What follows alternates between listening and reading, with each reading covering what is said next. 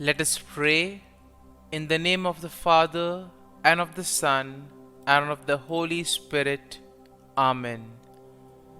O Jesus, through the Immaculate Heart of Mary, I offer you my prayers, works, joys, and sufferings on this day for all the intentions of your Sacred Heart, in union with the holy sacrifice of the Mass throughout the world, in reparation for my sins, for the intentions of all my relatives and friends, and in particular for the intentions of the Holy Father.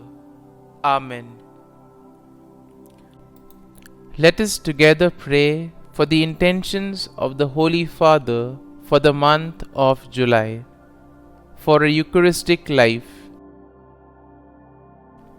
We pray that Catholics may place the celebration of the Eucharist at the heart of their lives, transforming human relationships in a very deep way and opening to the encounter with God and all their brothers and sisters. Our Father, who art in heaven, hallowed be thy name. Thy kingdom come, thy will be done, on earth as it is in heaven. Give us this day our daily bread, and forgive us our trespasses, as we forgive those who trespass against us. And lead us not into temptation, but deliver us from evil. Amen. Hail Mary, full of grace, the Lord is with you. Blessed are you amongst women, and blessed is the fruit of thy womb, Jesus. Holy Mary, Mother of God, pray for us sinners, now and at the hour of our death. Amen. Glory be to the Father, and to the Son, and to the Holy Spirit, as it was in the beginning, is now, and ever shall be, world without end. Amen. My dear friends, as we enter in the presence of the Lord, as we begin this new day, let us take a few moments to thank the Lord for all that He has done for us. We see that right from the time of our birth till now, there have been many instances or events where the Lord has worked wonders in our lives. He has guided us, He has protected us, He has shown us the way, helped us to overcome challenges and difficulties.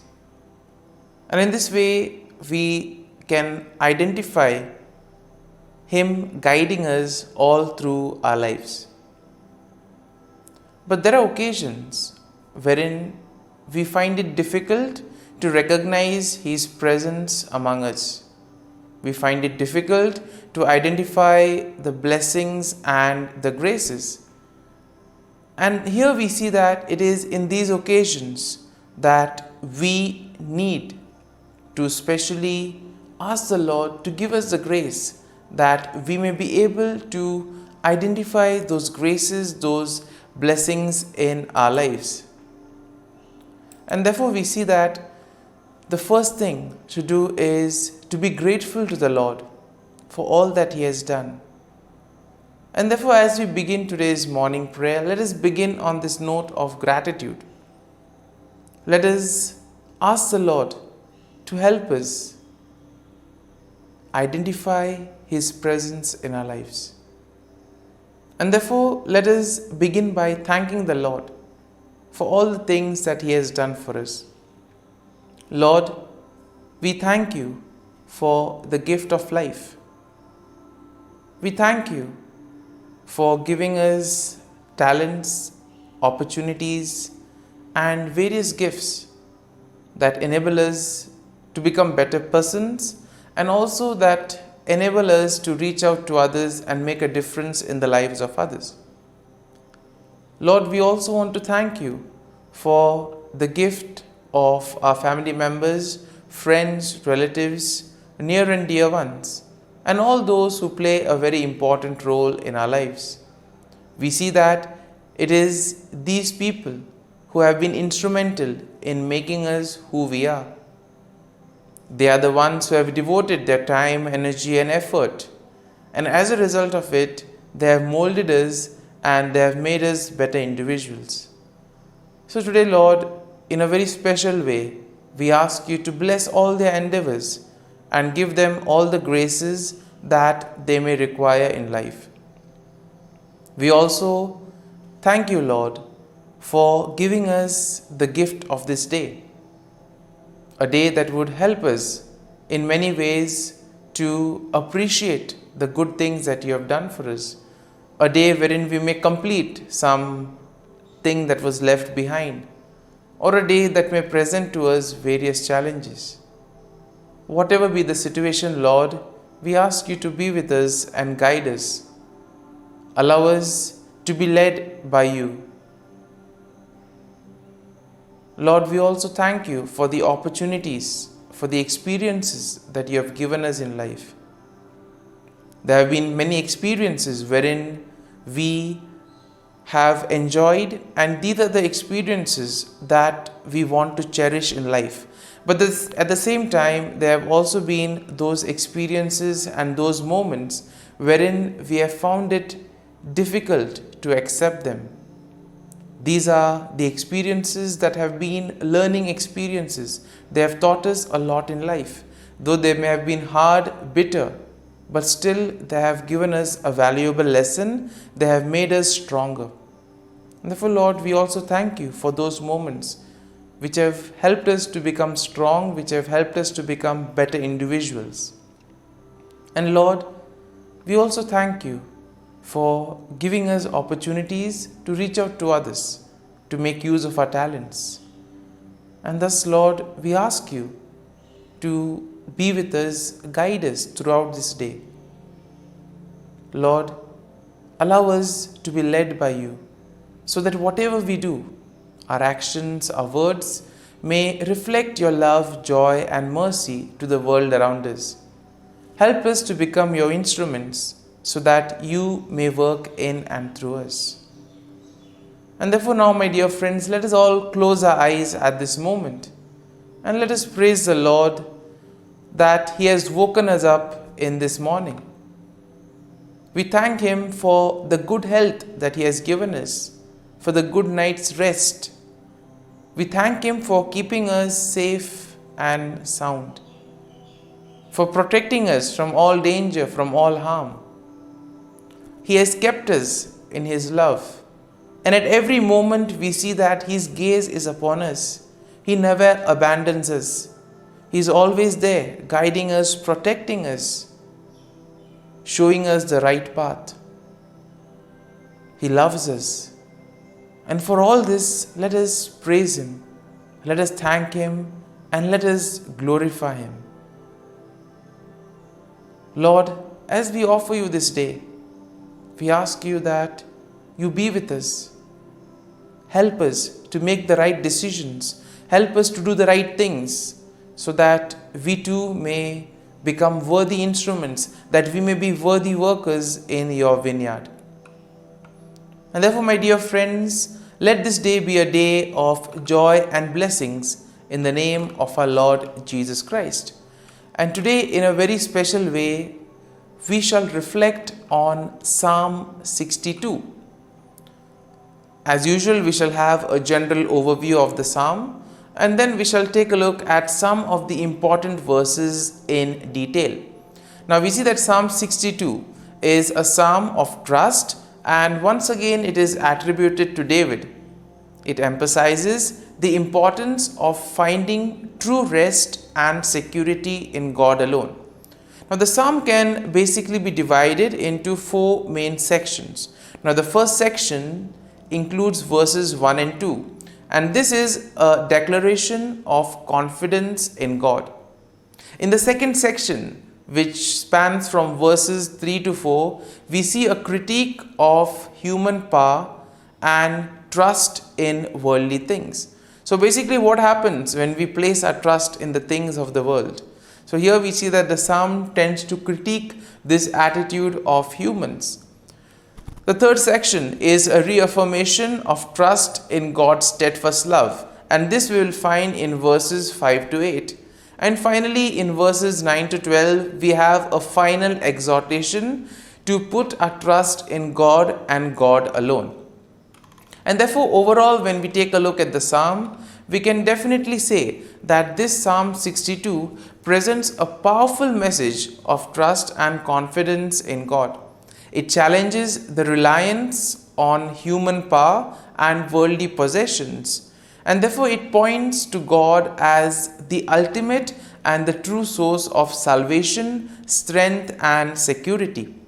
And therefore the psalm will encourage us to do something that is right. The psalm encourages a posture of waiting silently for God, pouring off one's heart before Him, and finding refuge in His presence. And therefore it also serves as a reminder to ultimately put our whole trust and faith in God and God alone, and God will take care of the rest. And now let us go into the detail of the psalm. Now verses 1 to 2 goes like this. Truly my soul silently waits for God. From Him comes my salvation. He only is my rock and my salvation. He is my defense. I shall not be greatly moved. And here we see that David begins by expressing his unwavering confidence in God. He declares that his soul silently waits for God, and he recognizes that true salvation comes from God and God alone. And therefore we see that David will acknowledge God as his rock, his salvation, and his defense. And thus we see that David affirms that God will help him. And because of this, David will not be shaken up or be distressed by any external circumstances, or he will not be affected by the things of the world. In verses 3 to 4, it goes like this. How long will you attack a man? You shall be slain, all of you, like a leaning wall and a tottering fence. They only consult to cast him down from his high position. They delight in lies. They bless with their mouths, but they curse inwardly. And in this second section, we see that David criticizes those who rely entirely on human power and those who place their trust and faith in worldly things. And therefore he addresses his enemies and he exposes their deceitful intentions and actions. In this way we see that David points out their hypocrisy, and he warns them of the impending destruction if they continue on this same path. And we see that he uses quite a powerful imagery, comparing them to a leaning wall and a tottering fence, something that will eventually come crashing down. Now in verses 5 to 8 go like this. My soul waits silently for God alone, for my expectation is from Him. He only is my rock and my salvation. He is my defense. I shall not be moved, because in God is my salvation and my glory, the rock of my strength, and my refuge is in God. Trust in Him at all times, you people. Pour out your heart before Him. God is a refuge for us. Once again, we see that the image of the rock is quite strong here for David. Rock as a shelter, rock as something that will protect, that will preserve from harm. And therefore we see that David reaffirms his trust in God's steadfast love and faithfulness. And therefore he encourages himself and others to wait silently for God alone, recognizing the true salvation, glory and strength come from God alone. And therefore David calls for complete trust in God at all times, emphasizing the importance of pouring out one's heart before God, telling God everything, whatever is happening within us. And then in the final section, verses 9 to 12, go like this: surely men of low degree are a vapor, men of high degree are a lie. If they are weighed on scales, they are altogether lighter than vapor. Do not trust in oppression, nor vainly hope in robbery. If riches increase, do not set your heart on them. God has spoken once, hence twice I have heard this, that power belongs to God. And here we see that in this final section, David will exhort his people to put their trust in God alone rather than in human power and wealth. And therefore, he highlights the fleeting nature of human accomplishments and the importance of setting one's heart on worldly things. And therefore, here we see that we need to place our faith and trust in God and God alone. David affirms that true power belongs to God and emphasizes his attribute of mercy. And we see that David concludes by emphasizing the just judgment of God, that God will reward each one according to his work. And therefore, my dear friends, as we reflect on this psalm, let us look at a verse or a thought that would have probably touched us or inspired us. Let us remain with this thought, with this word. Allow it to take root in you. And as we spend a few moments in silence, let this psalm become part of you, so that whatever actions and words that you may speak, all may reflect the peace, joy, and mercy of God.